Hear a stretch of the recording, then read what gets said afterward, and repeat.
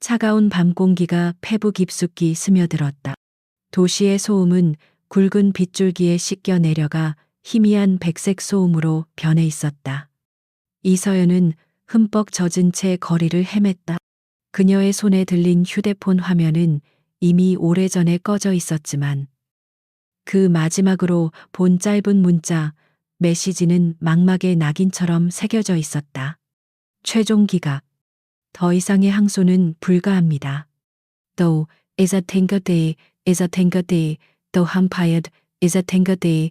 아버지의 마지막 희망이 그녀가 지난 몇 년간 붙잡고 있던 가느다란 동아줄이 마침내 끊어지는 순간이었다. 한때는 촉망받는 건축가였던 그녀의 삶은 아버지의 사업이 무너지고 그가 억울한 누명을 쓰고 수감되면서 함께 추락했다.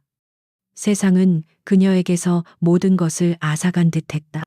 명예, 재산, 그리고 가족까지도. 화려한 네온사인이 빗물에 번져 비현실적인 색채를 뽐내는 강남의 밤거리. 수많은 인파가 우산 아래에서 각자의 목적지를 향해 바삐 움직이고 있었지만 서연은 오직 혼자였다.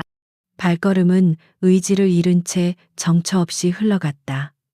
어디로 가야 할지, 무엇을 해야 할지, 이제는 아무것도 남지 않았다. 그녀의 눈에서 뜨거운 것이 울컥 솟아올랐지만 뺨을 타고 흐르는 것이 눈물인지 빗물인지 구분할 수 없었다. 절망이 온몸을 잠식해 들어왔다. 단 한 사람이라도 좋으니 지금 이 순간 무너져 내리는 자신을 붙잡아 주었으면 했다. 기댈 곳 하나 없는 이 거대한 도시에서 그녀는 완벽한 이방인이었다. 그러다 문득 그녀의 시선이 한 곳에 멈췄다. 고급 부티크의 처마 밑에서 비를 피하고 있는 한 남자의 실루엣이었다. 검은색 롱코트를 입은 그는 미동도 없이 쏟아지는 비를 응시하고 있었다. 가로등 불빛이 그의 날카로운 옆모습을 비추었다. 현실과는 동떨어진, 마치 조각상처럼 차갑고 완벽한 모습이었다. 서연은 자기도 모르게 그에게로 발걸음을 옮겼다. 이성이 마비된 상태에서 그녀는 오직 본능에 따라 움직였다. 이 사람이라면, 누군지도 모르는 이 낯선 사람이라면 자신의 처참한 모습을 판단하지 않고 잠시의 온기라도 나눠줄 수 있지 않을까. 그런 비논리적인 희망이 그녀를 지배했다. 남자의 앞에 선 그녀는 떨리는 입술을 겨우 열었다. 빗소리에 묻힐 만큼 작은 목소리였다.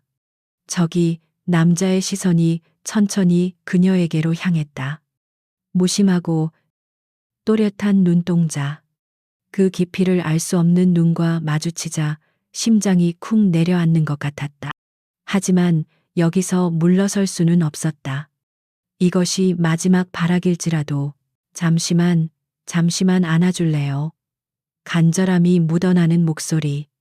그녀의 온몸이 가늘게 떨리고 있었다. 흠뻑 젖은 생쥐꼴을 한 여자의 던투한 부탁에 남자의 미간이 미세하게 좁혀졌다. 그는 강지욱, 율성그룹의 총수였다. 감정의 동요를 거의 드러내지 않는 그에게도 이 상황은 당혹스러웠다. 지욱은 평소라면 경멸의 시선과 함께 무시하고 지나쳤을 것이다. 그의 세상에서 이런 식의 접근은 불쾌한 의도를 품은 경우가 대부분이었기 때문이다. 하지만 눈앞의 여자는 달랐다. 절망의 늪, 가장 깊은 곳에서 겨우 고개를 내민 사람처럼 그녀의 눈동자는 모든 것을 포기한 채 오직 작은 구원만을 바라고 있었다.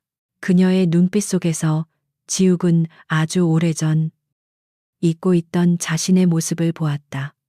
모든 것을 잃고 세상에 홀로 내던져졌던 그날의 소년. 아주 찰나의 순간이었지만 그 짧은 공감대가 그의 단단한 방어막에 균열을 일으켰다.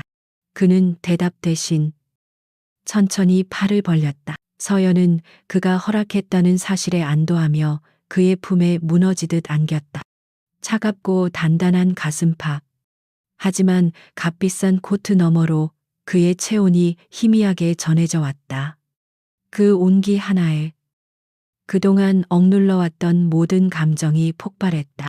서연은 소리 없이 울음을 터뜨렸다.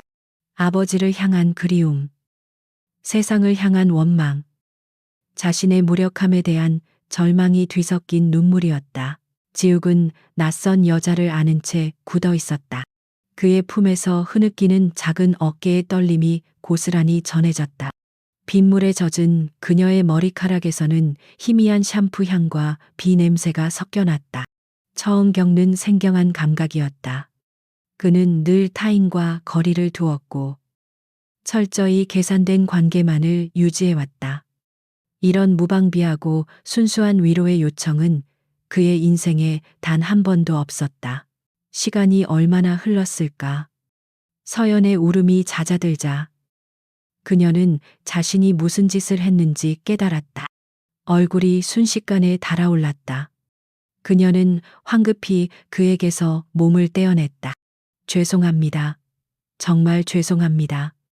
제가 잠시 제정신이 아니었나 봅니다. 그녀는 고개를 숙인 채 감사의 인사도 제대로 하지 못하고 서둘러 돌아섰다. 그리고는 다시 빗속으로 뛰어들었다. 마치 도망치듯이 지욱은 멀어지는 그녀의 뒷모습을 잠시 바라보았다. 그의 코트 앞섭이 그녀의 눈물과 빗물로 축축하게 젖어 있었다. 그는 손을 들어 젖은 부분을 만져보았다.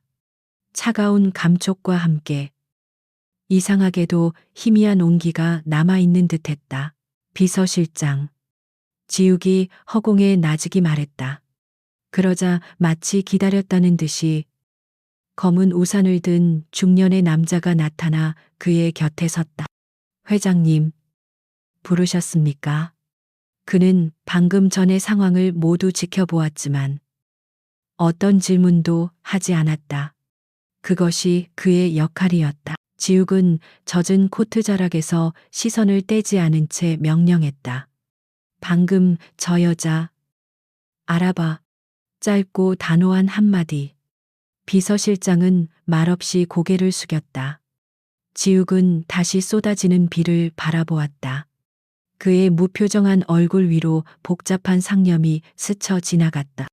오늘 밤의 이 기묘한 만남이 앞으로 그의 인생을 어떻게 흔들게 될지 그는 아직 알지 못했다. 다음 날 아침 율성그룹 회장실. 강지욱은 밤새 처리해야 할 서류 더미에 파묻혀 있었다. 거대한 통유리창 너머로 서울의 전경이 한눈에 들어왔다.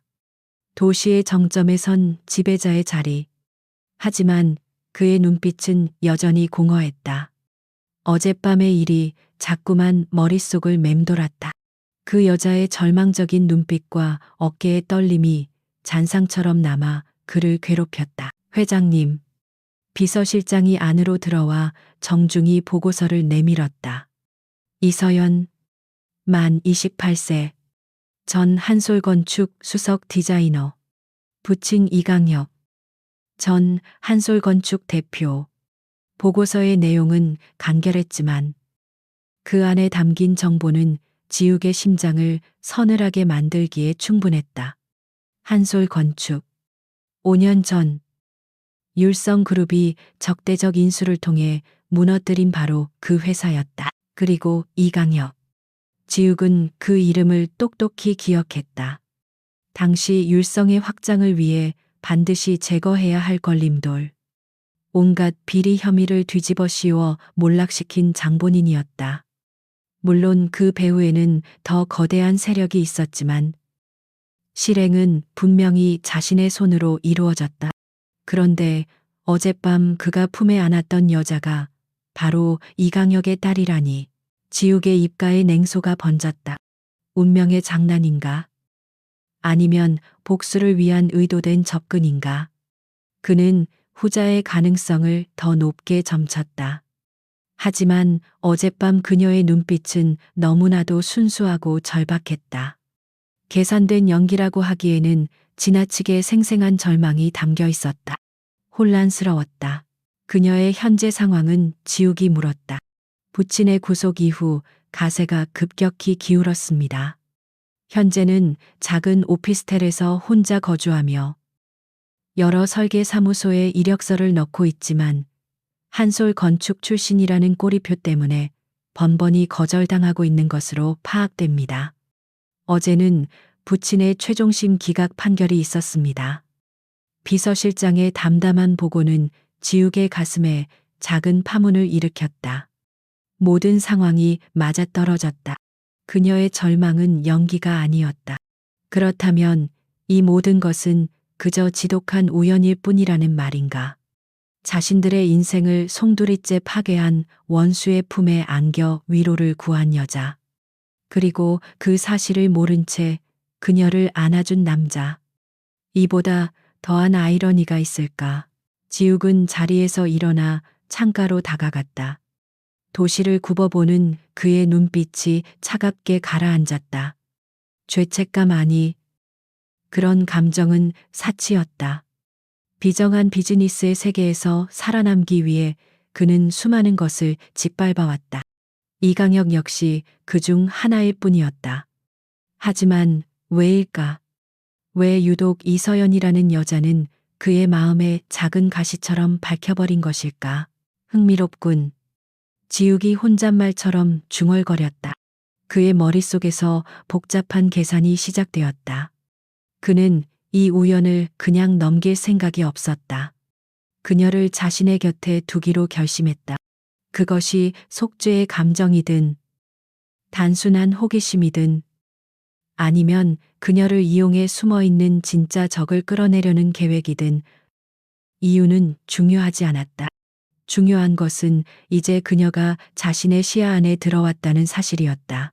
며칠 후 이서연은 또다시 면접에서 고배를 마시고 힘없이 집으로 돌아오고 있었다. 통장 잔고는 바닥을 드러내고 있었고 월세를 낼 날은 코앞으로 다가왔다. 건축에 대한 열정과 재능만큼은 누구에게도 뒤지지 않는다고 자부했지만 세상은 그녀에게 기회조차 주지 않았다. 이강혁의 딸이라는 주홍글 씨가 그녀의 발목을 잡고 있었다. 그녀는 며칠 전 밤의 일을 떠올렸다. 낯선 남자의 품에서 울음을 터뜨렸던 자신의 모습. 생각할수록 얼굴이 화끈거렸다. 하지만 동시에 그의 품에서 느꼈던 그 짧은 안정감을 잊을 수가 없었다. 아무것도 묻지 않고 기꺼이 어깨를 내어주었던 그 사람.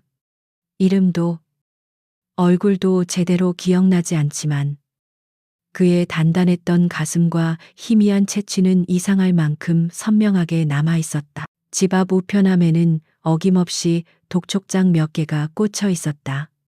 서연은 한숨을 쉬며 그것들을 뽑아 들었다. 그런데 그 중에서 낯선 로고가 밝힌 고급스러운 흰 봉투 하나가 눈에 띄었다. AU 건축사무소. 업계 최고의 실력자들이 모여있기로 유명한 신진 건축가들에게는 꿈의 직장과도 같은 곳이었다. 서연은 고개를 갸웃거렸다. 그녀는 이곳에 지원한 적이 없었다. 혹시 잘못 온 우편물인가 싶어 주소를 확인했지만 분명히 자신의 이름과 주소가 정확하게 적혀 있었다. 떨리는 손으로 봉투를 뜯자 안에서는 한 장의 서류가 나왔다. 그것은 다름 아닌 최종 합격 통지서와 함께 입사를 제안하는 정식 계약서였다. 서연은 자신의 눈을 의심했다. 프로젝트 기반 수석 디자이너 직책, 업계 최고 수준의 연봉, 그리고 그녀가 꿈꿔왔던 대규모 공공 프로젝트에 참여할 기회까지. 모든 조건이 비현실적일 정도로 파격적이었다. 누군가 자신을 상대로 끔찍한 장난을 치고 있는 것만 같았다. 하지만 계약서에 찍힌 법인 인감은 진짜였다. 서연은 몇 번이고 내용을 다시 읽어보았다. 혹시나 자신이 놓친 함정이 있을까 샅샅이 훑어보았지만 계약서는 모든 면에서 완벽했다. 절망의 끝에서 한 줄기 빛이 내려온 것 같았다. 아니, 어쩌면 이것은 동아줄을 가장한 덧칠지도 모른다는 불안감이 동시에 고개를 들었다. 그녀는 밤새 고민했다. 이 기회를 잡아야 할까? 아니면 의심스러운 제안을 거절해야 할까? 하지만 그녀에게 선택의 여지는 없었다. 이것을 놓치면 그녀는 정말로 모든 것을 잃게 될 것이다. 다음 날 아침, 서연은 마침내 결심을 굳혔다. 그녀는 계약서에 서명하기 위해 AU 건축사무소로 향했다. 사무소가 위치한 초고층 빌딩의 웅장함에 서연은 잠시 압도당했다. 모든 것이 최첨단이었고 최고의 재료로 마감되어 있었다. 로비에서 안내를 받아 대표실로 향하는 내내 그녀는 마치 다른 세상에 온 것 같은 기분을 느꼈다. 이곳이라면 다시 시작할 수 있을지도 모른다. 아버지의 명예를 되찾고 모든 것을 제자리로 돌려놓을 수 있을지도 모른다. 대표실의 문이 열리고 서연은 안으로 들어섰다. 짙은 원목 책상 뒤에 앉아있던 남자가 자리에서 일어나 그녀를 맞았다. 그리고 그의 얼굴을 확인한 순간 서연은 그 자리에 얼어붙고 말았다. 그는 다름 아닌 며칠 전 밤 빗속에서 자신을 안아주었던 바로 그 남자였다. 이서연 씨. 환영합니다. AU의 대표 강지욱입니다. 그의 입가에 희미한 미소가 걸려 있었다. 하지만 그 미소는 서연에게 기쁨이 아닌 섬뜩한 공포로 다가왔다. 그제야 그녀는 깨달았다. 이 모든 것이 우연이 아니었음을. 자신은 거대한 거미줄의 한가운데로 스스로 걸어 들어온 것이다. 그 남자는 그녀의 인생을 뒤흔든 억만장자였다. 강지욱. 그 이름은 이서연의 뇌리에 깊이 박혀 있는 이름이었다. 5년 전 아버지의 회사를 무너뜨린 율성그룹의 총수. 언론에서 수없이 보았던 차가운 얼굴. 그런데 그가 칠흑 같은 절망 속에서 유일한 온기를 나눠주었던 그 남자라니. 서연은 숨 쉬는 것조차 잊은 채 그를 바라보았다. 머릿속이 하얗게 비어버린 듯 아무 생각도 할 수 없었다. 지욱은 그녀의 혼란을 예상했다는 듯 여유로운 태도를 무너뜨리지 않았다. 그는 맞은편 소파를 손으로 가리키며 나직이 말했다. 우선 앉으시죠. 이서연 씨. 계약서에 대해 설명해 드릴 부분이 있습니다. 그의 목소리는 그날 밤처럼 낮고 안정적이었지만 지금 서연에게는 그 소리마저 위선적으로 들려 소름이 돋았다. 서연은 움직이지 않았다. 그녀의 발은 바닥에 뿌리라도 내린 듯 꼼짝도 하지 않았다. 그녀는 지욱을 똑바로 응시하며 떨리는 목소리로 물었다. 어떻게 된 거죠? 왜 저한테 이런 제안을 하신 겁니까? 그녀의 목소리에는 배신감과 원망, 그리고 이해할 수 없는 상황에 대한 공포가 뒤섞여 있었다. 지욱은 희미한 미소를 거두지 않은 채 대답했다. AU는 실력 있는 인재를 찾고 있었고, 이서연 씨의 포트폴리오는 우리가 찾던 바로 그 인재라는 것을 증명했습니다. 그는 마치 아무런 개인적 감정도 없다는 듯 지극히 사무적인 어조로 말했다. 그의 태연함의 서연은 오히려 속에서부터 분노가 치밀어 올랐다. 포트폴리오라고요. 서연이 기가 막힌다는 듯 되물었다. 제 경력은 한솔 건축에서 끝났습니다. 당신들이 그렇게 만들었잖아요. 그런데 이제 와서 제 실력을 운운하다니. 이건 너무 잔인한 장난 아닙니까? 그녀의 목소리가 격앙되기 시작했다. 더 이상 잃을 것도 없다는 생각이 그녀를 대담하게 만들었다. 지욱은 잠시 그녀의 불타는 눈동자를 말없이 바라보았다. 그날 밤 절망에 젖어 있던 눈빛과는 전혀 다른 강인한 생명력이 느껴졌다. 그는 오히려 그 모습에 흥미를 느꼈다. 그는 자리에서 일어나 천천히 그녀에게 다가왔다.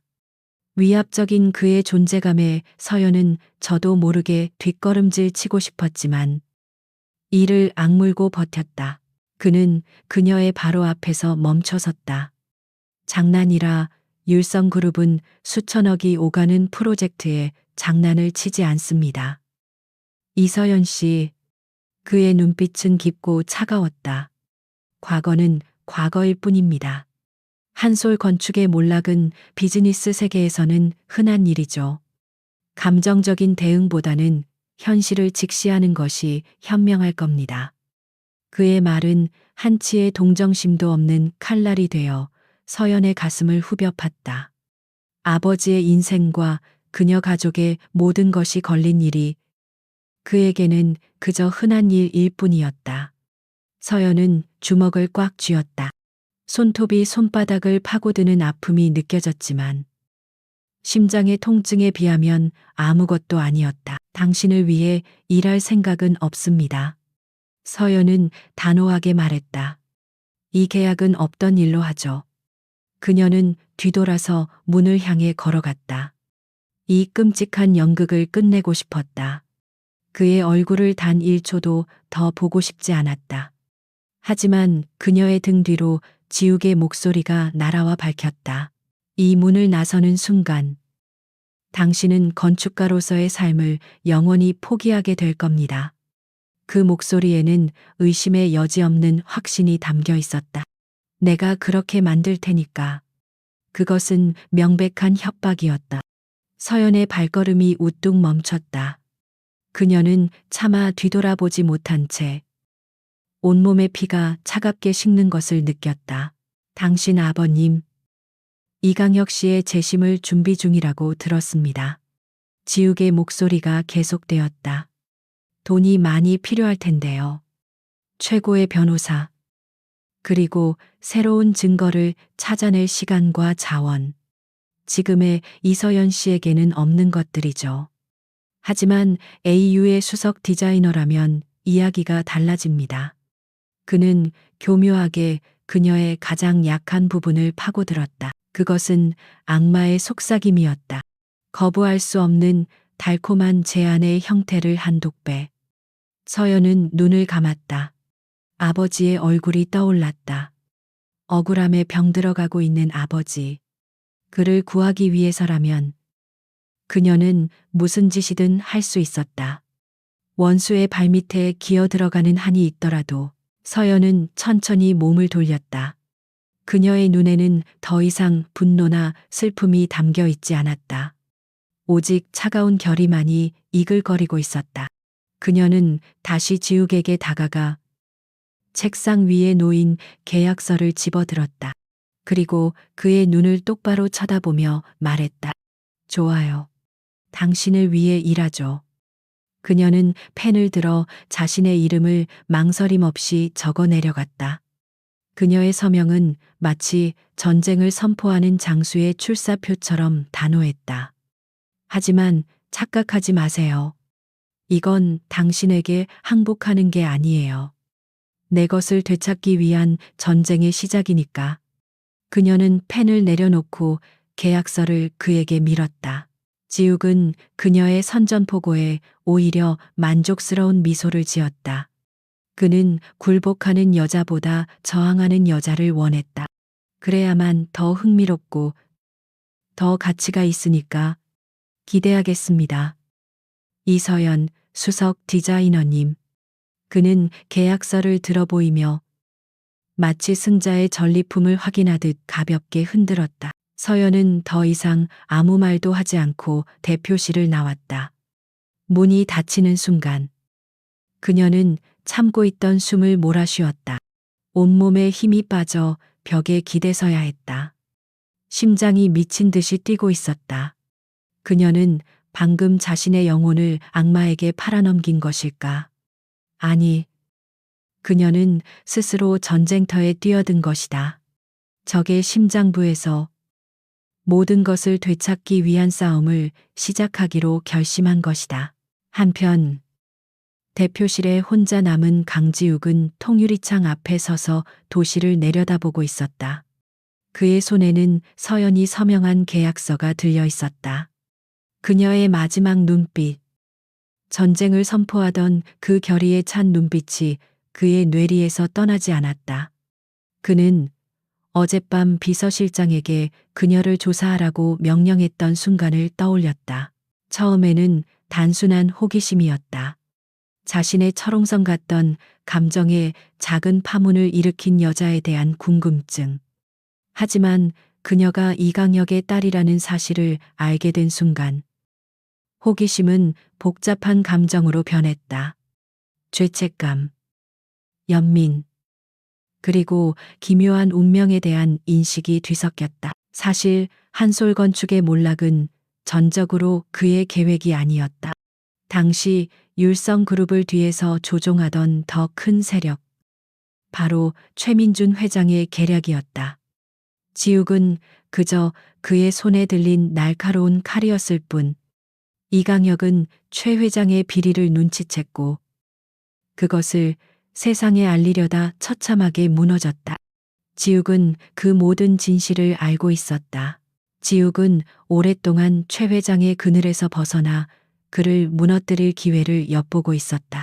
하지만 최 회장은 너무나도 교활하고 빈틈이 없었다. 결정적인 증거가 필요했다.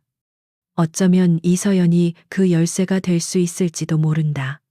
그녀의 재능과 아버지의 복수를 향한 열망이라면 최 회장이 꽁꽁 숨겨둔 비밀에 접근할 수 있는 통로를 열 수 있을지도 모른다는 생각이 들었다. 그래서 그는 그녀에게 손을 내밀었다. 물론 그녀를 이용하려는 목적이 가장 컸다. 하지만 그의 마음 한구석에는 그녀를 이 위험한 게임에서 보호하고 싶다는 모순된 감정도 존재했다. 그날 밤, 속수무책으로 무너져 내리던 그녀를 안았던 순간의 감각이 아직도 생생했다. 그녀를 자신의 곁에 두는 것이 과연 그녀를 위한 일인지, 아니면 더 깊은 나락으로 밀어넣는 일인지 그 자신도 확신할 수 없었다. 그는 비서실장을 호출했다. 이서연 디자이너의 입사 절차를 진행하게 최고의 대우를 해주고 필요한 모든 지원을 아끼지 말도록. 그리고 그는 잠시 말을 멈췄다가 덧붙였다. 그리고 그녀를 주시하게 누구와 접촉하는지, 무엇을 하려 하는지, 사소한 것 하나 놓치지 말고 모두 보고해.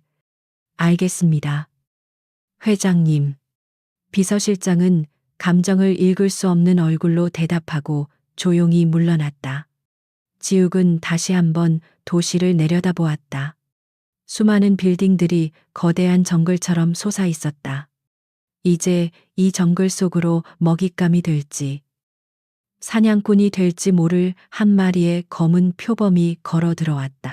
그와 그녀를 잇는 보이지 않던 운명의 실은 이제 계약이라는 이름에 뗄 수 없는 족쇄가 되어 서로를 올가매기 시작했다. 앞으로 펼쳐질 폭풍의 서막이었다. AU 건축 사무소에서의 첫 출근 날. 이서연은 전쟁터에 나서는 병사처럼 비장한 각오로 빌딩의 회전문을 통과했다.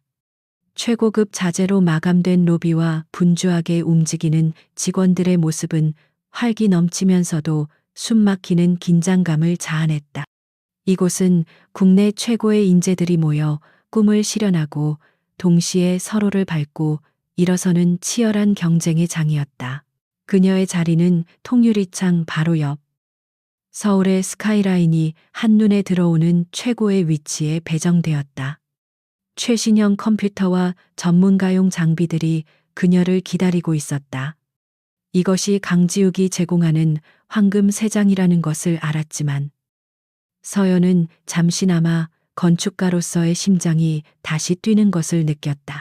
그녀는 자신의 능력을 증명하고 싶었다.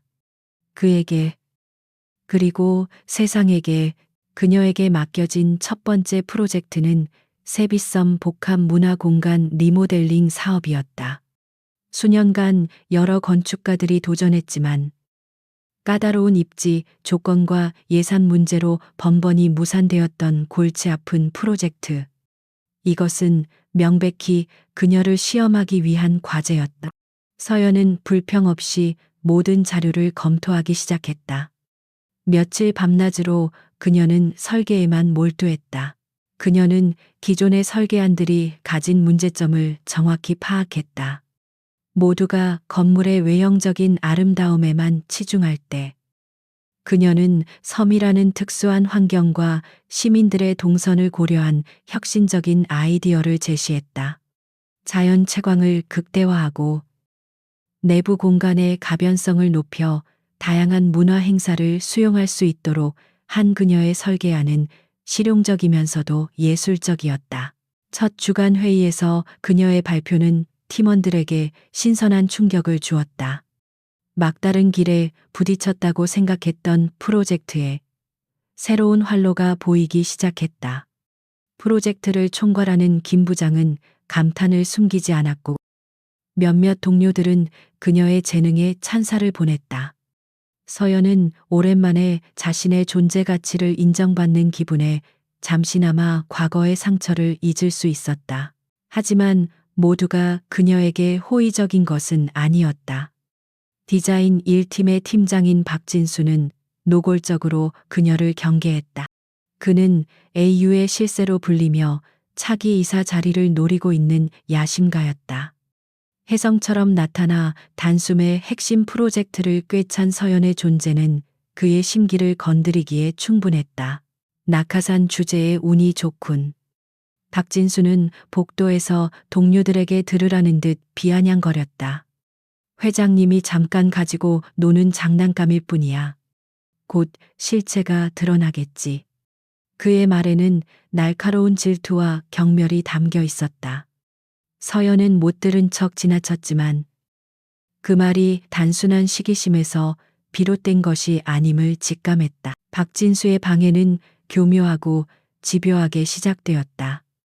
서연이 요청한 중요 데이터는 항상 한두 시간씩 지연되어 전달되었고 그녀가 제출한 보고서는 사소한 트집과 함께 여러 차례 반려되었다. 심지어 그녀의 컴퓨터에 저장되어 있던 핵심 디자인 파일이 감쪽같이 사라지는 일도 발생했다. 다행히 서연은 늘 여러 개의 백업 파일을 만들어두는 습관이 있었다. 그녀는 당황하지 않고 즉시 파일을 복구하여 업무를 계속했다. 그녀는 박진수의 유치한 방해 공작에 일일이 대응하지 않았다. 대신 오직 압도적인 실력으로 그의 입을 다물게 만들기로 결심했다. 그녀의 이런 침착함은 박진수를 더욱 초조하게 만들었다. 이 모든 상황은 강지욱에게 실시간으로 보고되고 있었다. 그는 자신의 사무실에서 CCTV 화면을 통해 묵묵히 일에 집중하는 서연의 모습을 지켜보았다. 박진수가 최민준 회장의 사람이라는 사실을 그는 이미 알고 있었다. 최 회장이 자신의 영향력 아래 있는 박진수를 통해 새로운 변수인 이서연을 견제하고 시험하리라는 것도 예상했던 바였다. 지욱은 당장이라도 박진수의 목을 칠 수 있었지만 그러지 않았다. 그는 서연이 스스로 이 시련을 어떻게 헤쳐나가는지 보고 싶었다. 온실 속 화초처럼 보호받는 존재가 아니라 거친 정글에서 살아남는 법을 터득한 강인한 전사가 되기를 바랐다. 그것이 앞으로 최 회장과 맞서 싸울 그녀에게 반드시 필요한 능력이라고 생각했기 때문이다. 물론 그의 마음속에는 그녀가 상처받기를 원치 않는 모순된 보호 본능도 꿈틀거렸다. 그는 비서실장에게 박진수의 모든 움직임을 감시하고 그가 선을 넘을 경우에는 즉시 개입할 준비를 하라고 은밀히 지시해 두었다. 그의 관찰은 차가운 시험관의 시선이었지만 그 안에는 자신도 모르는 사이 깊어진 관심이 담겨 있었다. 그러던 어느 날 서연은 프로젝트에 필요한 과거 자료를 찾기 위해 회사의 자료실로 향했다. 세비섬이 지어질 당시의 도시 개발 계획 서류들을 샅샅이 뒤지던 그녀의 손길이 한 지점에서 우뚝 멈췄다.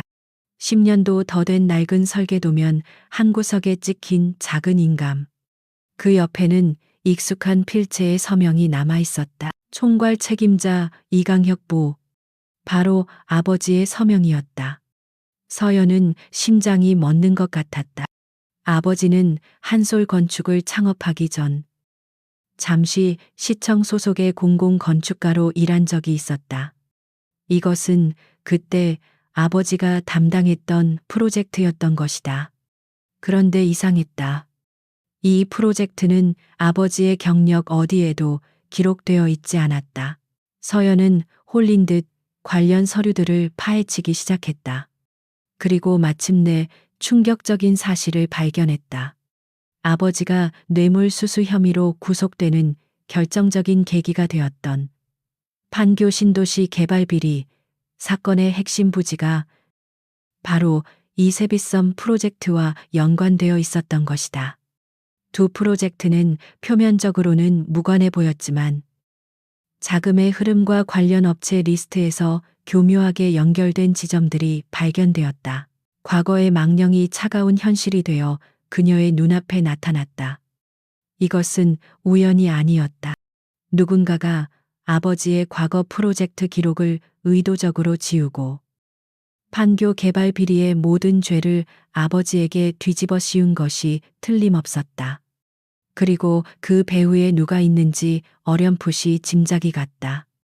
이 모든 사건의 종착점은 결국 율성그룹과 강지욱을 가리키고 있었다. 서연은 차갑게 식은 손으로 서류를 움켜쥐었다.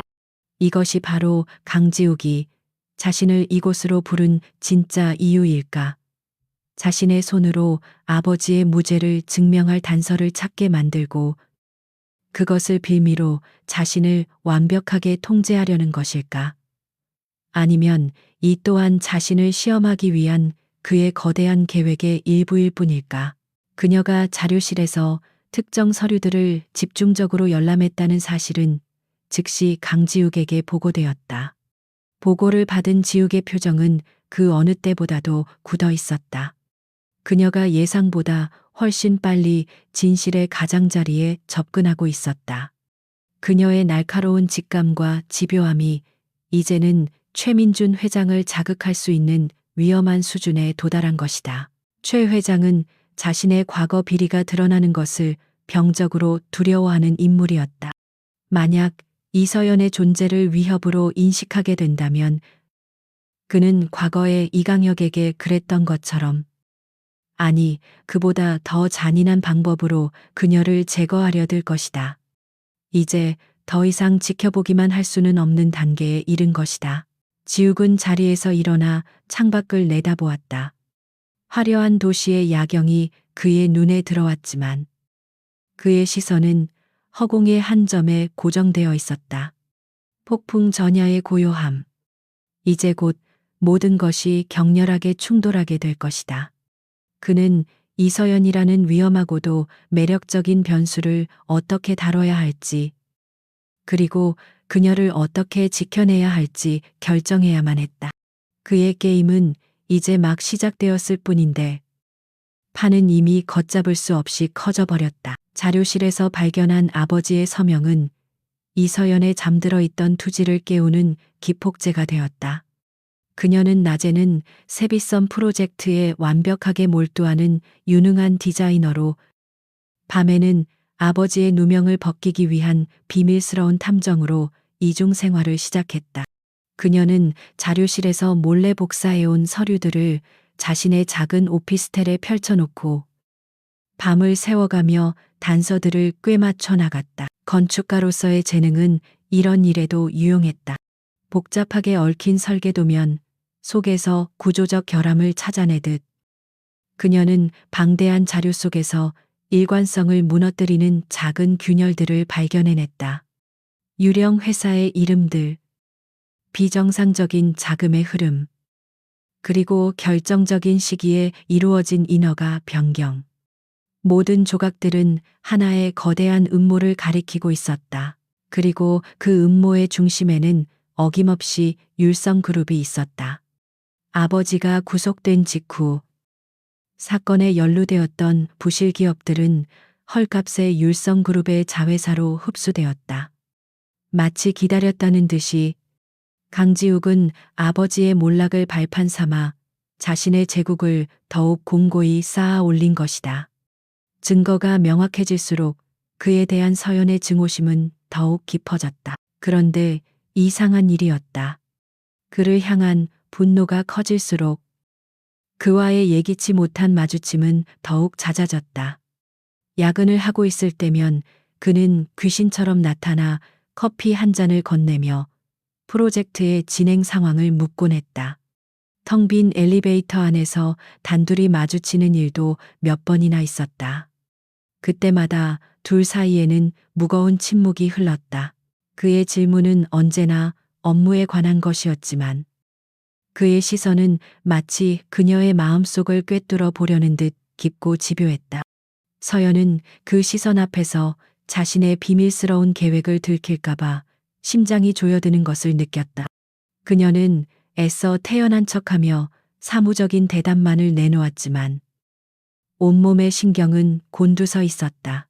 그러던 어느 늦은 밤, 연이은 밤샘 작업에 지친 서연은 자신도 모르게 책상에 엎드려 잠이 들고 말았다. 꿈속에서 그녀는 길을 잃고 헤매고 있었다. 차가운 비가 내리고 있었고 그녀는 다시 혼자가 되었다. 바로 그때 누군가 그녀의 어깨 위로 따뜻한 담요를 덮어주었다. 그 온기에 놀라 잠에서 깨어났을 때 사무실은 텅 비어 있었다. 하지만 그녀의 어깨에는 담요 대신 남성용 재킷이 덮여 있었다. 값비싼 원단에서 풍기는 낯익은 향기. 그것은 그날 밤 빗속에서 자신을 안아주었던 그 남자의 향기였다. 강지욱의 재킷이었다. 서연은 재킷을 든 채 망연자실했다. 자신을 파멸시킨 원수가 베푸는 이 이해할 수 없는 친절은 대체 무엇이란 말인가. 그의 행동은 그녀의 마음에 혼란의 소용돌이를 일으켰다. 그는 정말로 아버지를 나락으로 떨어뜨린 악마인가, 아니면 그 역시 거대한 음모의 일부에 불과한 또 다른 피해자인가. 그녀의 단단했던 확신에 균열이 가기 시작했다. 그를 향한 감정은 이제 순수한 증오가 아닌 애증과 의심이 뒤섞인 복잡한 형태로 변해갔다. 혼란 속에서도 그녀의 조사는 멈추지 않았다. 마침내 그녀는 결정적인 단서를 찾아냈다. 판교 개발 사업의 최종 보고서에 첨부된 회계 자료에서 조작된 부분을 발견한 것이다. 누군가 의도적으로 자금의 흐름을 왜곡하여 모든 비리가 아버지의 개인 계좌로 흘러 들어간 것처럼 꾸며놓았다. 이 파일 하나면 재심을 청구할 충분한 명분이 될 수 있었다. 서연은 흥분된 마음을 애써 진정시키며 조작된 회계 자료의 원본 파일을 찾아 나섰다.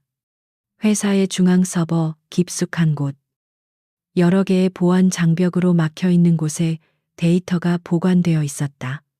그녀는 자신의 해킹 실력을 총동원하여 몇 시간에 걸친 사투 끝에 마침내 원본 파일을 손에 넣었다. 그녀는 즉시 파일을 개인용 USB에 백업하고 모든 접속 기록을 삭제했다. 하지만 그녀의 움직임은 이미 누군가에게 감시당하고 있었다. 다음 날 출근한 서연은 자신의 사무 공간이 미세하게 흐트러져 있음을 발견했다. 누군가 그녀의 자리를 뒤진 것이다. 불길한 예감에 그녀는 즉시 노트북을 켰다. 아니나 다를까 노트북의 모든 데이터가 완벽하게 삭제되어 있었다. 어젯밤 그녀가 찾아냈던 모든 노력의 흔적이 물거품처럼 사라져버렸다. 온몸에서 피가 빠져나가는 듯한 차가운 공포가 그녀를 덮쳤다. 이것은 박진수 팀장의 유치한 괴롭힘과는 차원이 다른 일이었다. 자신의 목숨을 위협할 수도 있는 위험한 세력이 움직이기 시작한 것이다. 다행히 USB는 집에 안전하게 보관해 두었다. 하지만 언제까지 안전할 수 있을까? 서연은 더 이상 혼자서 이 모든 것을 감당할 수 없다는 것을 깨달았다. 그녀에게는 아군인지 적군인지 모를 단 하나의 인물, 강지욱의 의도를 확인해야만 했다. 그녀는 그의 재킷을 움켜쥐고 망설임 없이 회장실로 향했다. 비서의 만류도 뿌리친 채 그녀는 문을 거칠게 열고 안으로 들어섰다. 나가보세요. 지욱은 서류를 검토하다 말고 고개를 들었다. 그는 서연의 헬쑥한 얼굴과 불타는 눈빛을 보고 모든 상황을 짐작했다. 그는 비서에게 손짓으로 나가라는 신호를 보냈다. 문이 닫히고 사무실에 단둘이 남자. 서연은 그의 책상 앞으로 다가가 들고 있던 재킷을 그 위로 던졌다. 이게 당신의 방식인가요? 그녀의 목소리는 분노가 아닌 얼음처럼 차가운 질문이었다. 그녀는 더 이상 그에게 감정적으로 매달리지 않았다. 한 손으로는 재킷을 덮어주고 다른 한 손으로는 내 사무실을 뒤지는 것. 대체 저한테 원하는 게 뭐죠? 강지욱 회장님. 그녀의 직설적인 질문에 지욱은 잠시 침묵했다. 그는 자리에서 일어나 그녀에게 다가왔다. 그의 얼굴에는 어떤 표정도 읽을 수 없었다. 내가 한 일이 아니라고 하면 믿겠나? 그가 나직이 물었다. 믿을 이유를 보여주세요. 서연은 한치도 물러서지 않고 그의 눈을 마주 보았다. 당신이 내 아버지의 원수인지 아니면 유일한 동맹인지 이제는 당신의 정체를 밝혀야 할 때예요. 그녀의 눈빛은 진실을 요구하는 날카로운 칼날이 되어 그의 심장을 겨누고 있었다. 거대한 폭풍의 눈 속에서 두 사람의 위험한 대치가 시작되고 있었다. 이서연의 날카로운 질문에 강지욱의 눈빛이 미세하게 흔들렸다. 그는 그녀의 꿰뚫어 보는 듯한 시선을 피하지 않고 마주했다. 그의 침묵은 긍정도 부정도 아닌 더 깊은 의미를 내포하고 있는 듯했다. 그는 천천히 입을 열었다. 당신 아버지를 무너뜨린 진짜 배우가 누군지 알고 싶나? 그의 목소리는 낮고 위험했다. 서연은 자기도 모르게 숨을 삼켰다. 그녀가 그토록 찾아 헤매던 진실의 핵심에 닿아 있다는 직감이 온몸에 전율을 일으켰다. 최민준 회장. 현 정계와 재계를 막후해서 움직이는 실세지. 당신 아버지는 그의 비자금 흐름을 눈치챘고 그래서 제거당한 거야. 최민준 회장. 서연은 그 이름을 들어본 적이 있었다. 언론에서는 자수성가한 존경받는 기업인으로 포장되어 있었지만 그 이면에 추악한 진실이 숨겨져 있을 줄은 상상도 못했다. 율성그룹은 당신은 그저 그의 손에 들린 칼이었을 뿐이고 그녀가 경멸적인 어조로 물었다. 그래. 지욱은 담담하게 시인했다. 과거에 나는 그에게서 벗어날 힘이 없었지. 하지만 지금은 달라. 그의 눈빛이 차갑게 빛났다. 최민주는 자신의 과거가 드러나는 것을 병적으로 두려워해. 당신이 그의 심기를 건드린 이상 그는 당신을 가만두지 않을 거야. 어젯밤의 일은 시작에 불과해.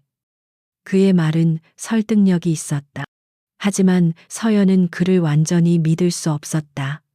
그 역시 자신을 이용해 최민준을 치려는 것일 수 있었다. 그녀가 혼란스러워하는 사이 지욱은 한 걸음 더 다가왔다. 내 곁에 있어. 그게 지금 당신이 가장 안전하게 살아남을 수 있는 유일한 방법이야. 그의 제안은 명령처럼 들렸다. 바로 그때 서연의 휴대폰이 울렸다. 박진수 팀장이었다. 그는 평소에 비아냥거리는 태도와는 달리 잔뜩 흥분한 목소리로 말했다. 이서연 씨 방금 엄청난 소식이 결정됐어. 세비섬 프로젝트를 해외 투자자 그룹 앞에서 직접 프레젠테이션하게 됐다고. 이건 회사 역사상 전례 없는 기회야. 너무나 갑작스럽고 파격적인 제안이었다. 이제 갓 입사한 자신에게 그런 중책을 맡긴다는 것이 상식적으로 이해가 되지 않았다. 이것이 바로 강지욱이 말한 최민준의 다음 수일까 달콤한 기회의 모습을 한 치명적인 함정. 서연의 등골에 차가운 땀방울이 흘렀다. 알겠습니다. 최선을 다해 준비하겠습니다. 그녀는 애써 침착하게 대답했다. 전화를 끄는 서연은 지욱을 바라보았다. 그의 얼굴에는 내 말이 맞지라는 듯한 씁쓸한 표정이 어려 있었다. 이제 그녀는 선택의 여지가 없었다. 그의 손을 잡든 아니면 최민준의 함정에 빠져 파멸하든. 며칠 뒤 서연은 프레젠테이션 준비에 몰두했다. 박진수는 마치 다른 사람이 된 것처럼 그녀에게 온갖 자료를 제공하며 협조적으로 나왔다. 하지만 그가 건네는 자료들은 어딘가 미심쩍었다. 특히 핵심적인 예산안과 수익성 분석 데이터는 교묘하게 부풀려져 있거나 현실성이 떨어져 보였다. 서연은 그의 친절을 가장한 속임수를 눈치챘다. 그녀는 박진수가 제공한 자료를 이용해 발표 자료를 만드는 척하면서 밤에는 아무도 모르게 자신만의 진짜 프레젠테이션을 준비했다. 그녀는 강지욱이 말한 전쟁의 의미를 이제야 실감할 수 있었다. 이것은 실력뿐만 아니라 지략과 담력이 필요한 싸움이었다. 발표 전날 밤 강지욱의 비서실장이 그녀를 찾아왔다. 그는 아무 말 없이 서류 봉투 하나를 내밀었다. 익명의 제보입니다. 발표에 참고가 되실 겁니다. 봉투 안에는 세비섬 프로젝트의 실제 재무 데이터와 해외 투자자 그룹의 진짜 관심사에 대한 분석 보고서가 들어 있었다. 강지욱에 보이지 않는 지원이었다. 마침내 프레젠테이션 당일 수십 명의 국내외 투자자들과 회사 임원들이 회의실을 가득 메웠다. 박진수는 자신만만한 미소를 지으며 서연의 어깨를 두드렸다. 긴장하지 말고 하던 대로만 해. 그의 눈빛에는 그녀의 처참한 실패를 기대하는 잔인함이 서려 있었다. 최민준 회장이 보낸 것으로 보이는 낯선 얼굴도 객석에서 그녀를 지켜보고 있었다. 서연은 담담하게 연단에 섰다. 그녀는 일부러 박진수가 건넨 조작된 파일이 담긴 USB를 노트북에 꽂았다. 발표가 시작되자 스크린에는 예상대로 터무니없는 예산안과 오류로 가득 찬 설계 이미지가 나타났다. 회의실 여기저기서 웅성거리는 소리와 작은 실소가 터져나왔다. 박진수의 입꼬리가 만족스럽게 올라갔다. 모든 것이 계획대로 그녀의 공개적인 망신으로 끝나는 듯한 순간이었다. 바로 그때 서연이 부드러운 미소와 함께 입을 열었다. 죄송합니다. 제가 실수로 테스트용 파일을 열었나 봅니다. 투자자 여러분의 귀한 시간을 잠시 빼앗았네요. 그녀의 침착함에 장내는 순간 조용해졌다. 그녀는 태연하게 USB를 뽑고 자신의 주머니에서 다른 USB를 꺼내 꽂았다. 이제 본격적인 제안을 시작하겠습니다. 화면이 바뀌고 완벽하게 구현된 3D 시뮬레이션 영상이 스크린을 가득 채웠다. 현실적인 예산안과 구체적인 수익 모델, 그리고 주변 환경과의 조화를 고려한 그녀의 천재적인 디자인은 모든 사람의 시선을 단숨에 사로잡았다. 그녀의 발표는 논리적이면서도 감성적이었다. 그녀는 건물을 설계하는 것이 아니라 사람들의 꿈과 문화를 담는 공간을 창조하고 있음을 역설했다. 발표가 끝났을 때 회의실은 잠시 동안의 정적 끝에 우레와 같은 박수 소리로 가득 찼다. 투자자들은 자리에서 일어나 기립박수를 보냈고 몇몇은 즉석에서 투자 의사를 밝혔다. 서연은 완벽한 승리를 거두었다. 박진수는 하얗게 질린 얼굴로 그 자리에 얼어붙어 있었고 최민준의 사람은 분노에 찬 얼굴로 조용히 회의실을 빠져나갔다. 모든 소동이 끝난 후 회의실 뒤편에 기대서 모든 것을 지켜보고 있던 강지욱이 그녀에게 다가왔다. 그의 얼굴에는 처음으로 꾸밈 없는 진심 어린 감탄의 미소가 떠올라 있었다. 그는 아무 말 없이 그녀를 바라보았다. 그 시선 속에는 역시 내 선택이 틀리지 않았어 라는 믿음과 안도감이 담겨 있었다. 서연 또한 그를 마주 보았다. 더 이상 원수도 악마도 아니었다. 지금 그녀의 눈앞에 있는 남자는 위험한 어둠 속에서 유일하게 손을 내밀어준 위태로운 동맹이었다. 해낼 줄 알았어. 지욱이 나직하게 말했다. 그 한마디는 그 어떤 칭찬보다도 서연의 마음에 깊은 울림을 주었다. 그녀는 대답 대신 희미하게 미소 지었다. 그것은 의심과 증오로 가득 찼던 두 사람의 관계가 새로운 국면으로 접어들고 있음을 알리는 작지만 분명한 신호였다. 이제 그들은 공동의 적을 향해 함께 나아갈 준비가 되었다. 프레젠테이션의 성공적인 여운이 채 가시지 않은 강지욱의 사무실. 이전과는 전혀 다른 공기가 두 사람 사이를 감돌았다. 적대감과 의심 대신 미묘한 긴장감과 암묵적인 동질감이 흐르고 있었다. 서연은 더 이상 질문을 피하지 않았다. 그녀는 소파에 앉아 지욱을 똑바로 바라보며 말했다. 이제 모든 것을 말해줄 시간이에요. 그녀의 목소리는 차분했지만 그 안에는 흔들림 없는 결의가 담겨 있었다. 최민준 회장과 당신의 관계, 그리고 우리 아버지 사건의 전말까지 하나도 숨김없이 전부 다. 그녀는 더 이상 그의 꼭두각시가 되거나 그가 던져주는 단편적인 정보에 의존할 생각이 없었다. 동등한 파트너로서 모든 것을 알 자격이 있었다. 지욱은 잠시 창밖을 바라보았다. 도시의 불빛이 그의 얼굴에 복잡한 그림자를 드리웠다. 그는 오랫동안 누구에게도 꺼내지 않았던 자신의 과거를 마주할 준비를 하는 듯했다. 마침내 그가 입을 열었을 때 그의 목소리는 평소보다 한 톤 낮고 무겁게 가라앉아 있었다. 내 아버지도 최민준의 희생양이었어. 그의 고백은 충격적이었다. 율성그룹의 선대 회장이자 재계의 거물이었던 그의 아버지가 비참한 최후를 맞았다는 사실은 언론을 통해 알려져 있었지만 그 배후에 최민준이 있었다는 것은 처음 듣는 이야기였다. 아버지는 최민준의 사업 파트너였지만 그의 검은 야심을 눈치채고 관계를 끊으려 했지. 그 결과는 당신 아버지가 당한 것과 똑같았어. 지욱의 아버지는 횡령과 비리 혐의를 뒤집어 쓴 채 검찰 조사를 받던 중 심장마비로 갑작스럽게 세상을 떠났다. 어린 지욱은 하루아침에 모든 것을 잃었다.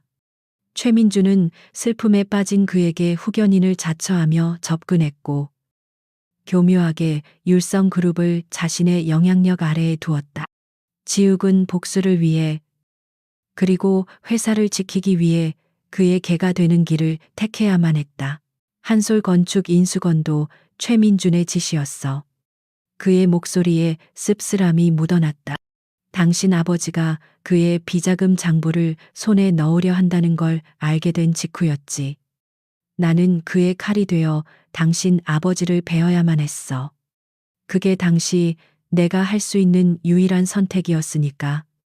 비겁한 변명으로 들리겠지만 사실이야.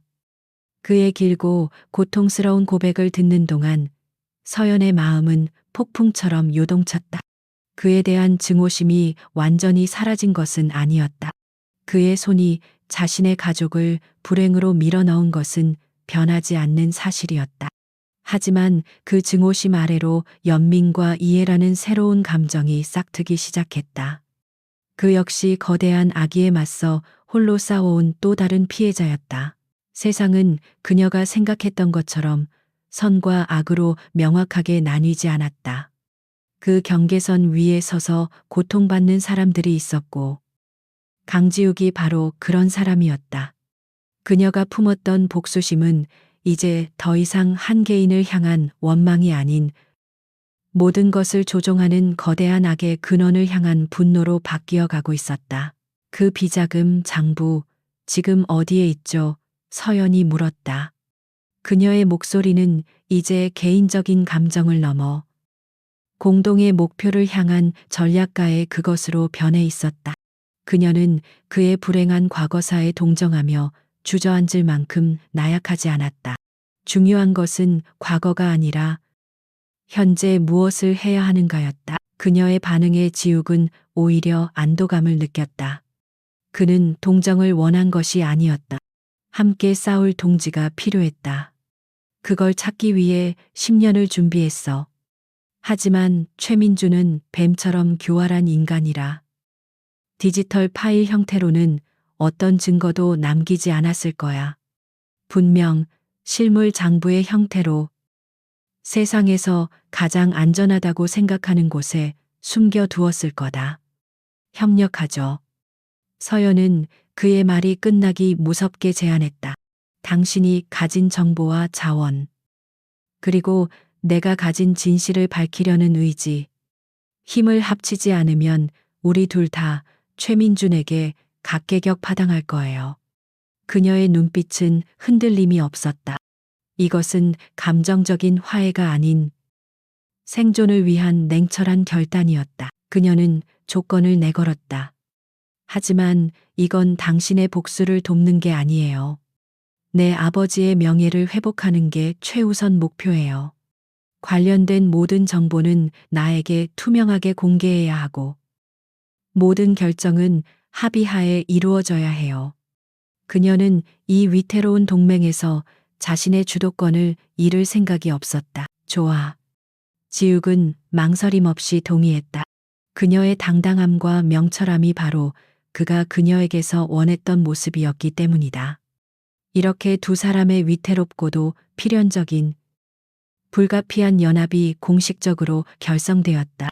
고용주와 직원의 관계를 넘어 공동의 적을 둔 파트너로서 그들은 첫 발을 내디뎠다. 그들의 첫 번째 전략회의는 그 자리에서 바로 시작되었다. 지욱은 최민준의 자금 세탁 통로로 의심되는 유령 회사들의 목록과 그의 수족처럼 움직이는 인물들의 관계도를 펼쳐 보였다. 서연은 그 방대한 자료들을 놀라운 속도로 훑어보며 과거 아버지가 남긴 서류들과의 연결고리를 찾기 시작했다. 그러다 그녀의 눈이 한 오래된 건축 설계 도면에 멈췄다. 15년 전 최민준이 개인적으로 후원하여 지어진 송암문화재단의 본관 건물이었다. 당시 여러 비리 의혹으로 구설에 올랐지만 최민준의 권력으로 모두 덮였던 프로젝트. 그리고 공교롭게도 아버지가 한솔 건축을 세우기 직전 마지막으로 구조 감리를 맡았다가 의문을 제기했던 바로 그 건물이었다. 아버지는 이 건물의 지하 2층 설계가 의도적으로 복잡하게 변경되었다고 말씀하셨어요. 불필요한 내력벽과 숨겨진 공간이 너무 많다고 서연이 설계도면의 특정 부분을 가리키며 말했다. 그녀의 머릿속에서 모든 조각들이 맞춰지는 듯했다. 디지털이 아닌 실물 장부. 세상에서 가장 안전한 곳. 어쩌면 건물 자체를 금고로 사용했다는 건가? 지욱이 그녀의 생각을 읽고 말했다. 그의 눈이 날카롭게 빛났다. 등잔 밑이 어둡다는 말처럼 모두가 주시하는 자신의 재단 건물이야말로 최민준에게는 가장 완벽한 은신처였을 것이다. 누구도 감히 그곳을 수색할 엄두를 내지 못할 테니까. 이제 그들의 목표가 정해졌다. 송암문화재단. 최민준의 심장부이자 모든 비밀이 잠들어 있는 판도라의 상자. 그곳에 숨겨진 비자금 장부를 찾아내는 것. 그것이 그들의 첫 번째 공동 미션이 되었다. 두 사람은 설계도면 위로 고개를 맞댄 채 위험천만한 작전을 구상하기 시작했다. 적막한 회장실 안. 마침내 하나의 목표 아래 뭉친 두 사람의 눈빛이 뜨겁게 타오르고 있었다. 송암문화재단 빌딩의 설계도면은 이서연과 강지욱의 비밀스러운 전쟁 기지가 되었다. 그들은 매일 밤 지욱의 펜트하우스에 모여 침투 계획을 세웠다. 거대한 테이블 위에 펼쳐진 도면 위로 두 사람의 그림자가 교차했다. 건축가로서의 이서연의 능력은 이 위험한 작전에서 핵심적인 역할을 했다. 그녀는 수백 장의 도면을 분석하여 건물의 보안 시스템이 가진 허점과 CCTV의 사각지대를 정확히 파악해냈다. 마치 복잡한 미로를 해독하듯. 그녀는 최단 시간 내에 지하 2층의 비밀 공간으로 접근할 수 있는 가장 안전한 경로를 설계했다. 그녀의 치밀함과 통찰력의 지욱은 여러 번 감탄을 금치 못했다. 이 강도 높은 공동 작업은 두 사람의 관계에도 미묘한 변화를 가져왔다. 밤늦게까지 이어지는 회의 중에 그들은 함께 저녁을 먹고 커피를 마시며 사적인 대화를 나누기도 했다.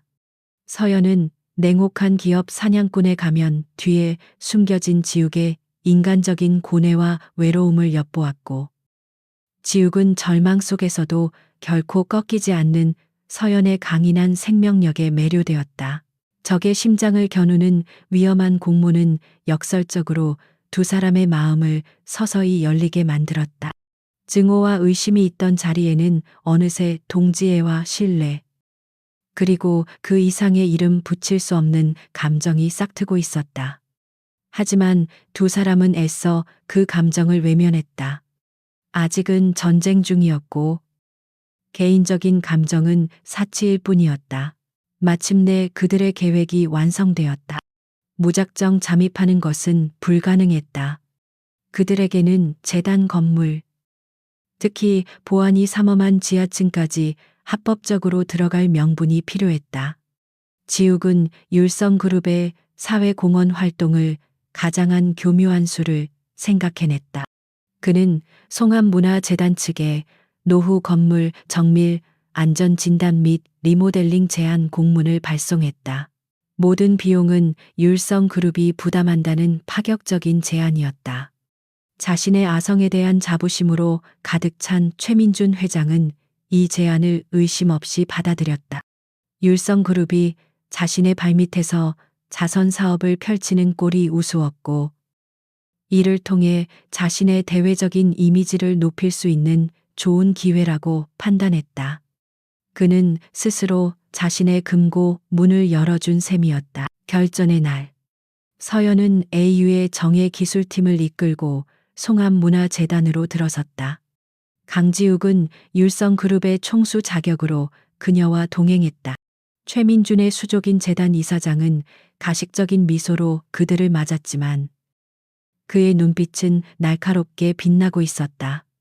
재단의 보안 팀원들은 그림자처럼 그들의 모든 동선을 감시했다. 작전은 계획대로 진행되었다. 서연의 팀원들은 지상층에서 실제 안전 진단 작업을 시작하며 보안팀의 시선을 분산시켰다.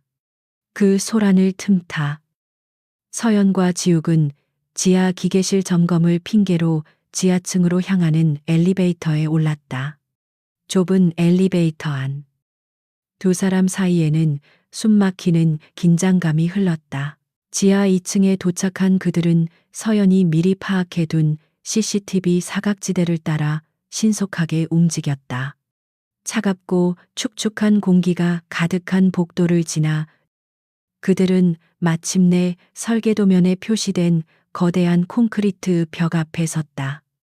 겉보기에는 아무런 특이점도 없는 평범한 벽. 하지만 서연은 확신했다. 이 벽 너머에 모든 비밀이 숨겨져 있었다. 그녀는 휴대용 음파 탐지기를 꺼내 벽에 대었다. 모니터에 희미하게 내부의 빈 공간이 표시되었다. 찾았어요.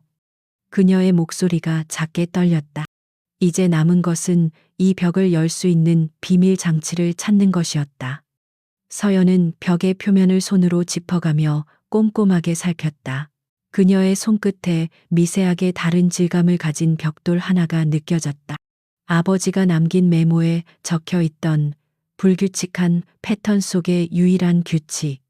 그녀는 벽돌을 설계도면에 명시된 특정 순서와 압력에 맞춰 누르기 시작했다.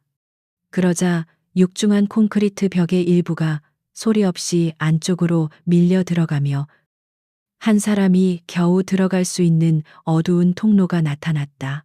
통로의 끝에는 먼지 쌓인 낡은 금고가 있었다. 최신식 디지털 금고가 아닌 다이얼 방식의 구식 금고. 최민주는 낮고 아날로그적인 것을 신뢰하는 버릇이 있지. 특히 자신의 생년월일과 관련된 숫자에 집착하고 지욱이 과거의 기억을 더듬어 말했다. 그는 다이얼에 손을 얹고 몇 개의 숫자를 조합하여 돌렸다. 철컥하는 둔탁한 소리와 함께 금고문이 열렸다. 금고 안은 텅 비어 있는 듯 보였다. 실망감이 두 사람을 덮치려는 순간 서연이 금고의 바닥에 숨겨진 얇은 판을 발견했다. 판을 드러내자 그 아래에 숨겨져 있던 공간에서 가죽으로 장정된 낡은 장부 여러 권이 모습을 드러냈다. 지난 20년간 최민준이 축적해온 모든 비리의 역사가 담긴 판도라의 상자였다. 두 사람은 환희에 찬 눈빛을 교환했다. 마침내 해낸 것이다. 지욱이 장부를 집어드는 바로 그 순간이었다. 복도 저편에서 여러 사람의 거친 발소리와 다급하게 외치는 목소리가 들려왔다. 이 구역 침입자 발생 즉시 포위하라. 그들의 잠입이 발각된 것이다. 비밀 통로의 문이 자동으로 닫히기 시작했다. 밖으로 나갈 퇴로는 차단되었다. 서연과 지욱은 장부를 손에 든 채 좁고 어두운 비밀 공간 안에 갇히고 말았다. 밖에서는 보안팀이 벽을 두드리며 소리치고 있었다. 그들의 위험한 도박은 성공했지만 이제 그들은 도간에 든 쥐가 되어버렸다. 두 사람은 절체절명의 위기 속에서 서로의 눈을 바라보았다. 비밀 공간의 문이 닫히자 완전한 어둠과 정적이 두 사람을 감쌌다. 밖에서 들려오는 다급한 외침과 육중한 벽을 두드리는 소리만이 그들이 고립되었다는 현실을 실감케 했다. 서연은 공포로 심장이 얼어붙는 것을 느꼈지만 옆에선 지욱의 침착함에 간신히 이성을 붙잡았다. 그는 어둠 속에서도 조금의 동요도 보이지 않았다. 걱정 마. 아직 방법은 있어. 지욱이 그녀의 떨리는 손을 잡아주며 나직이 말했다. 그의 단단한 손이 전하는 온기에 서연은 잠시 안도감을 느꼈다. 바로 그때 밖에서 들려오는 목소리가 달라졌다. 이전의 다급함 대신 얼음처럼 차갑고 권위적인 목소리가 모든 소음을 잠재웠다. 최민준 회장이었다. 당장 벽을 부수고 안에 있는 쥐새끼들을 끌어내 최 회장의 분노에 찬 명령과 함께 강력한 드릴이 콘크리트 벽을 뚫는 굉음이 울려 퍼지기 시작했다. 벽이 부서지는 것은 이제 시간 문제였다. 이대로 잡히면 장부는 물론 목숨까지 위험했다. 서연은 필사적으로 머리를 굴렸다. 그녀는 기억을 더듬어 이 공간의 구조를 떠올렸다. 환풍구, 이 벽 뒤에 수직 환풍구가 있었어요. 지금은 사용되지 않는 낡은 통로죠. 그녀가 등 뒤의 벽을 가리키며 말했다. 그것이 그들의 유일한 탈출구였다. 하지만 문제는 이 벽 역시 두꺼운 콘크리트로 되어 있다는 것이었다. 그들에게는 시간이 없었다. 지욱은 재킷을 벗어 던지고 비밀 공간 구석에 있던 낡은 쇠 파이프를 집어 들었다. 그는 서연이 가리킨 지점을 온 힘을 다해 내리치기 시작했다. 쾅쾅 좁은 공간 안에 둔탁한 파열음이 울렸다. 서연도 힘을 보태 함께 벽을 부수기 시작했다. 그들이 필사적으로 벽을 부수는 동안 최민주는 자신의 제국이 뿌리째 흔들리는 것을 느끼고 있었다. 강지욱이 감히 자신을 배신하고 금고의 존재를 알아챘다는 사실에 그는 이성을 잃을 정도의 분노를 느꼈다. 그는 즉시 자신의 모든 인맥을 동원하여 율성그룹을 향한 전면전을 개시했다. 순식간에 언론은 율성그룹의 탈세 의혹과 불법 로비 스캔들로 도배되었다. 주식시장이 열리자마자 율성의 주가는 폭락하기 시작했다. 수십 년간 쌓아 올린 강지욱의 성이 모래성처럼 무너져 내리고 있었다. 최민주는 강지욱의 돈과 권력, 모든 것을 빼앗아 그를 철저히 고립시키려 했다. 드릴 소리가 점점 가까워지고 벽의 파편들이 비 오듯 쏟아졌다. 지욱은 본능적으로 서연을 자신의 몸으로 감싸 보호했다. 그의 등 위로 날카로운 콘크리트 조각이 떨어졌지만 그는 신음소리 한 번 내지 않았다. 대신 그는 서연의 귓가에 속삭였다. 무슨 일이 있어도 당신은 내가 지켜. 그 순간 두 사람의 관계는 단순한 동맹을 넘어선 그 무엇이 되었다. 바로 그때 지욱의 휴대폰이 짧게 진동했다. 비서실장이 보내온 긴급 보고였다. 회사가 무너지고 있다는 절망적인 내용. 지욱은 모든 것이 최민준의 계획대로 흘러가고 있음을 깨달았다. 만약 자신과 서연이 이곳에서 함께 잡힌다면 최민준은 언론을 이용해 자신들을 파렴치한 금고털이범으로 만들고 장부의 존재를 영원히 묻어버릴 것이다. 그는 결단을 내려야만 했다. 둘 중 한 사람은 반드시 이 장부를 가지고 탈출해야만 했다. 드디어 서연의 짧은 외침과 함께 그들이 부수던 벽 너머로 희미한 빛이 새어 들어왔다. 마침내 환풍구로 통하는 작은 구멍이 뚫린 것이다. 탈출구가 열렸지만 그 통로는 한 사람이 겨우 빠져나갈 수 있을 만큼 비좁았다. 지욱은 서연의 손에 가죽 장부를 단단히 쥐어주었다. 당신 혼자 가야 해. 그의 목소리는 단호했다. 서연은 고개를 저었다. 싫어요. 같이 가야 해요. 그녀의 눈에 눈물이 고였다. 그를 혼자 두고 갈 수는 없었다. 이건 명령이야. 지욱이 그녀의 어깨를 강하게 붙잡았다. 이 장부를 내가 말한 사람에게 전해줘.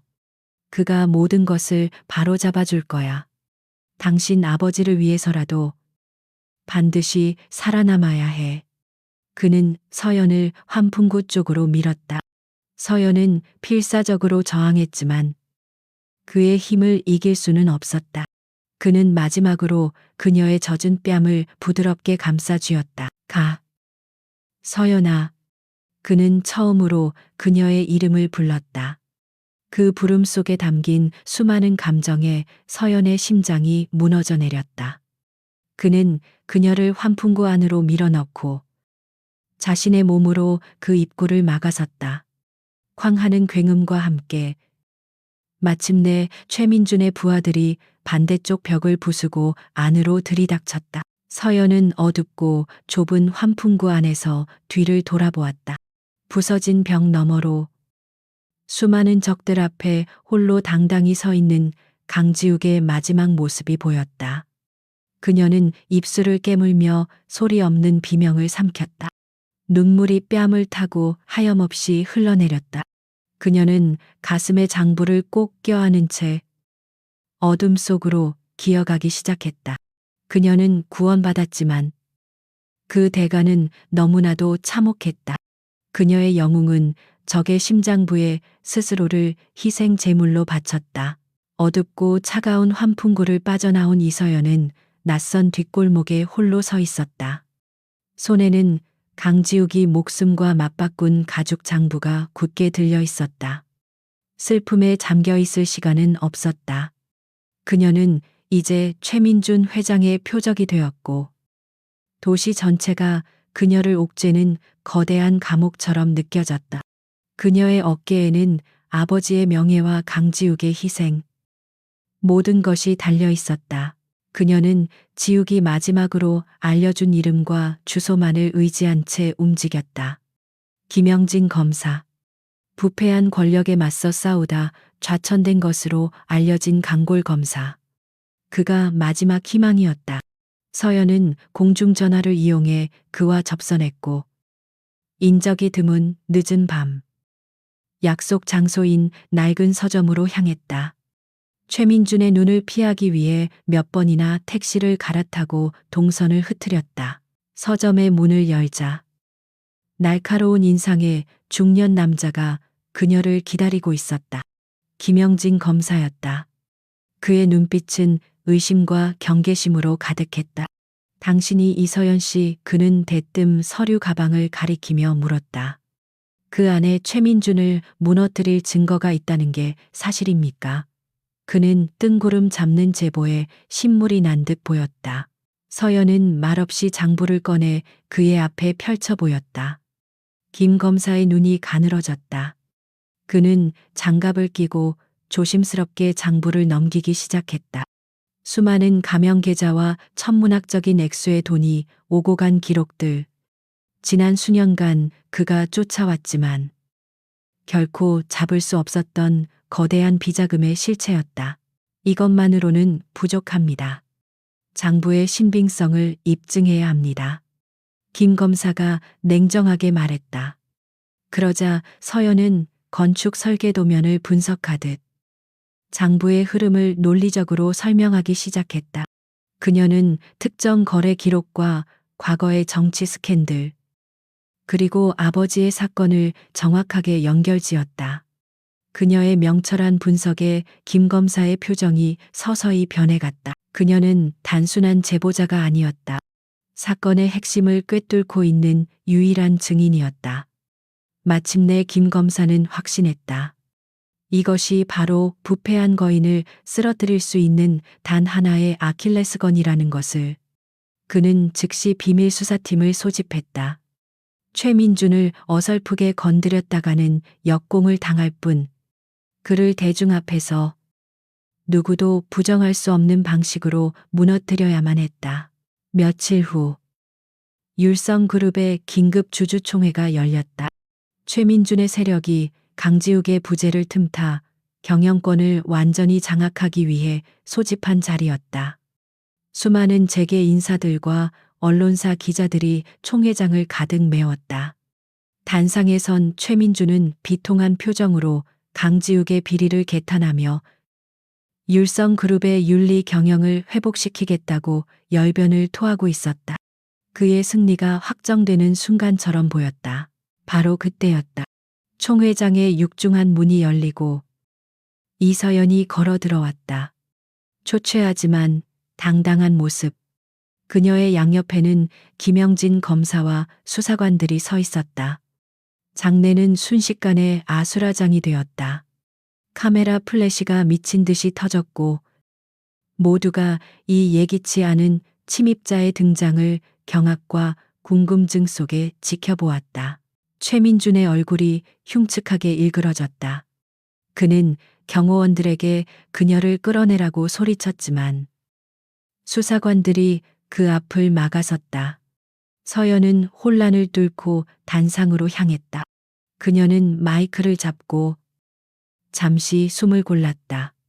그리고 그녀의 차분하고도 힘있는 목소리가 총회장 전체에 울려 퍼지기 시작했다. 저는 건축가 이서연입니다. 그리고 5년 전 여러분이 파렴치한 비리 기업인으로 낙인 찍었던 이강혁 씨의 딸입니다. 그녀의 고백의 장내는 더욱 소란스러워졌다. 지금부터 저는 제 아버지의 무죄와 이 자리에 있는 최민준 회장의 추악한 진실을 증명하겠습니다.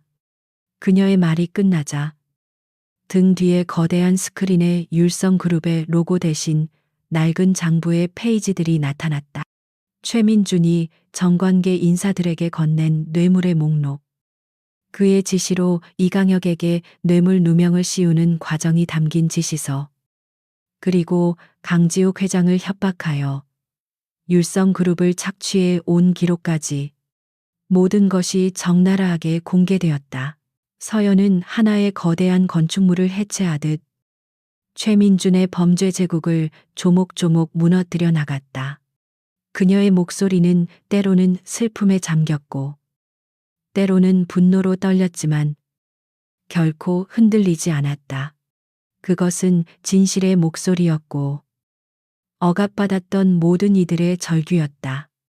총회장은 생방송으로 전국에 중계되고 있었다. 거짓말이야. 저 여자는 강지욱이 보낸 스파이야. 최민주는 이성을 잃고 발악했다.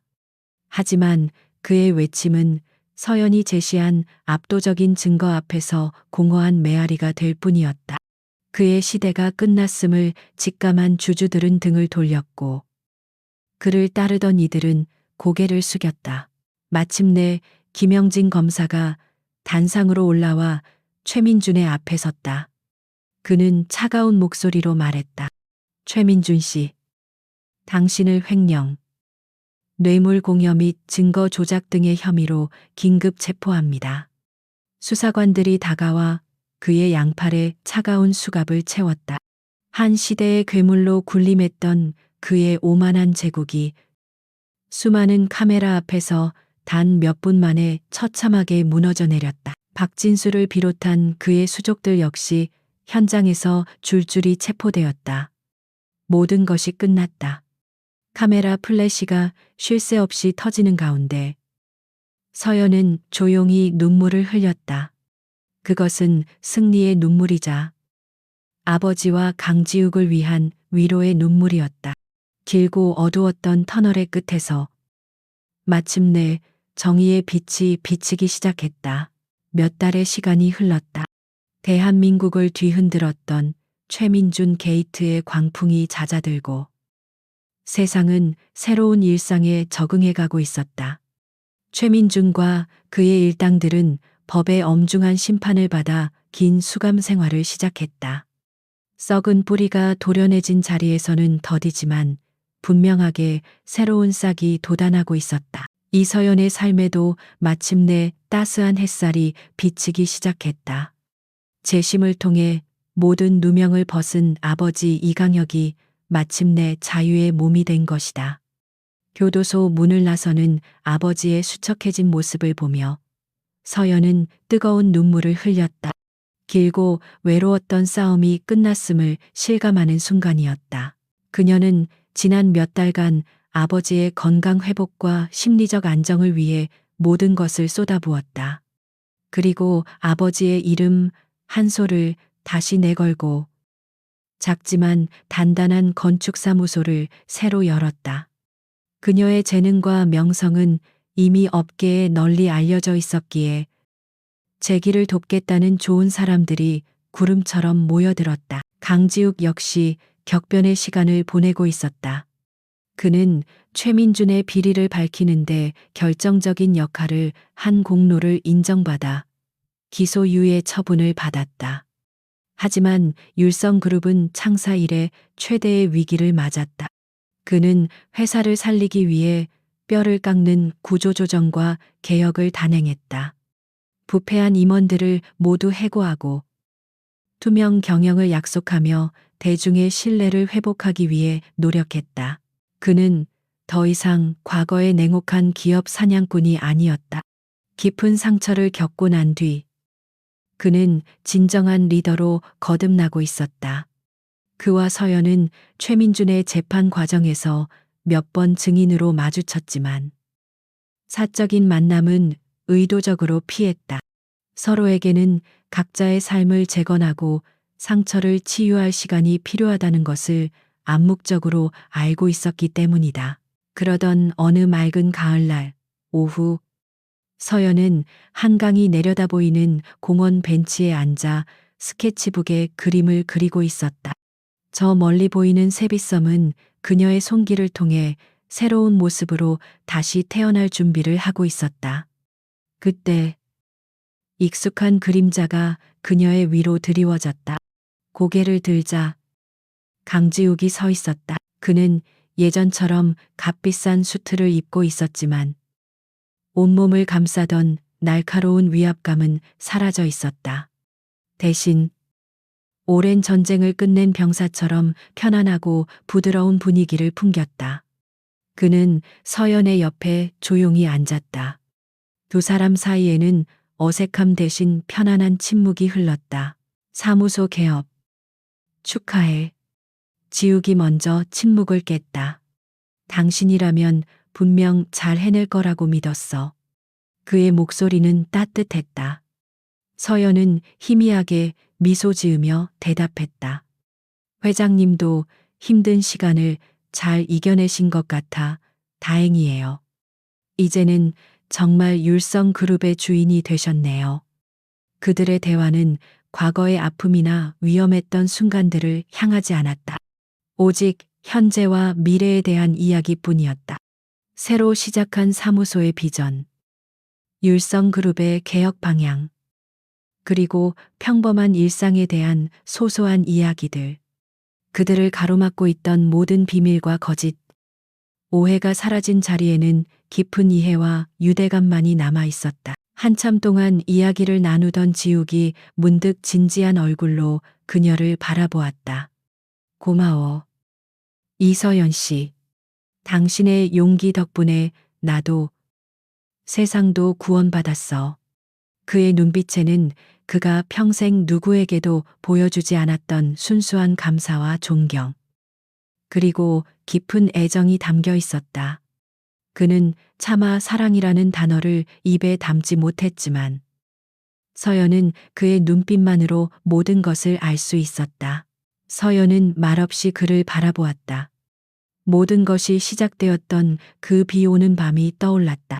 절망 속에서 낯선 남자에게 매달리며 던졌던 처절한 부탁. 잠시만 안아줄래요? 그녀는 이제 더 이상 위로를 구걸하는 약한 존재가 아니었다. 그녀는 자리에서 일어나 그에게 다가갔다. 그리고 이번에는 그녀가 먼저 그의 품에 조용히 안겼다. 이것은 낯선 이에게 구하는 동정의 포옹이 아니었다. 절망 속에서 서로의 손을 잡아준 동지이자 모든 역경을 함께 이겨낸 파트너에 대한 존중과 감사의 포옹이었다. 그리고 마침내 시작될 새로운 사랑의 고백이었다. 지욱은 잠시 놀란 듯 굳어 있다가 이내 그녀의 등을 부드럽게 감싸 안았다. 그의 품은 그날 밤처럼 단단했지만 이제는 더없이 따뜻하고 편안하게 느껴졌다. 두 사람은 오랫동안 서로를 아는 채 말없이 서로의 심장 소리를 들었다. 저 멀리 한강 위로 붉은 노을이 지고 있었다. 서연의 손으로 다시 태어날 새빗섬이 아름다운 실루엣을 드러내고 있었다. 빗속에서 절망적인 포옹으로 시작되었던 두 사람의 인연은 맑게 갠 하늘 아래 희망을 품은 진정한 포옹으로 다시 태어나고 있었다. 길고 어두웠던 폭풍이 지나간 자리에 마침내 그들의 이야기가 새롭게 시작되고 있었다.